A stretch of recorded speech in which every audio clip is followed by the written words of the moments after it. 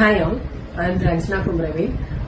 So இன்னைக்கு வந்துட்டு நிறைய நியூ இன்வெஸ்டர்ஸ் வந்துட்டு இப்பதான் யங் ஜெனரேஷன்ஸ்ல இருக்கீங்க, இன்வெஸ்ட்மெண்ட் ஸ்டார்ட் பண்றீங்கன்னா நிறைய பேரோட ஃபர்ஸ்ட் கொஸ்டின் என்ன இருக்குன்னா மியூச்சுவல் ஃபண்ட்ஸ்ன்றீங்க, அதுல ரிஸ்க் இருக்கா?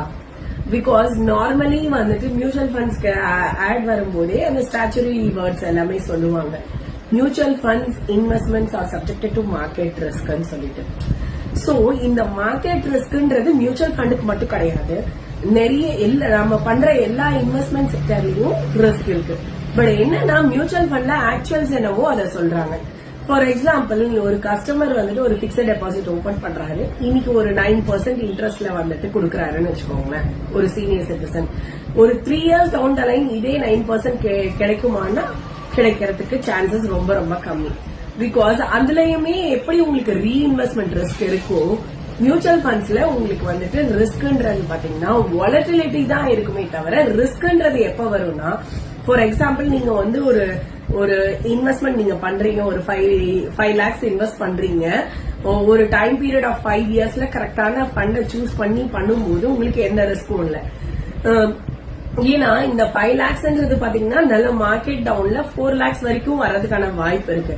But over the period of 5 years அந்த 5 lakhsன்றது பாத்தீங்கன்னா உங்களுக்கு 8 lakhs வரைக்கும் 8 to 10 lakhs வரைக்கும் க்ரோ ஆகுறதுக்கான சான்சஸ் வந்து அதிகமா இருக்கு.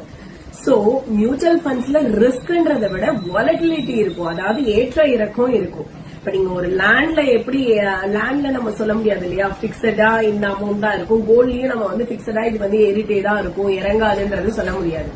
அதேதான் மியூச்சுவல் ஃபண்ட்ஸ்லயும் உங்களுக்கு வந்துட்டு ஏற்ற இறக்கம் எல்லாமே இருக்கும்.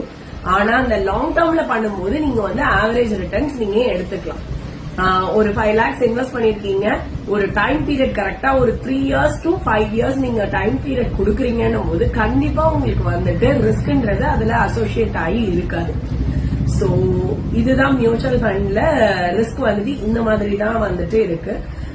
வாலட்டிலிட்டி மட்டும்தான் மேக்சிமம் அப் அண்ட் டவுன்ஸ் இருக்குன்றதான் நான் உங்களுக்கு சொல்ல வரேன். ஏதாவது டவுட்ஸ் இருந்தா கால் பண்ணுங்க. அண்ட் சஞ்சனா MF வெல்த் பேஜை ஃபாலோ பண்ணிக்கோங்க. தேங்க்யூ.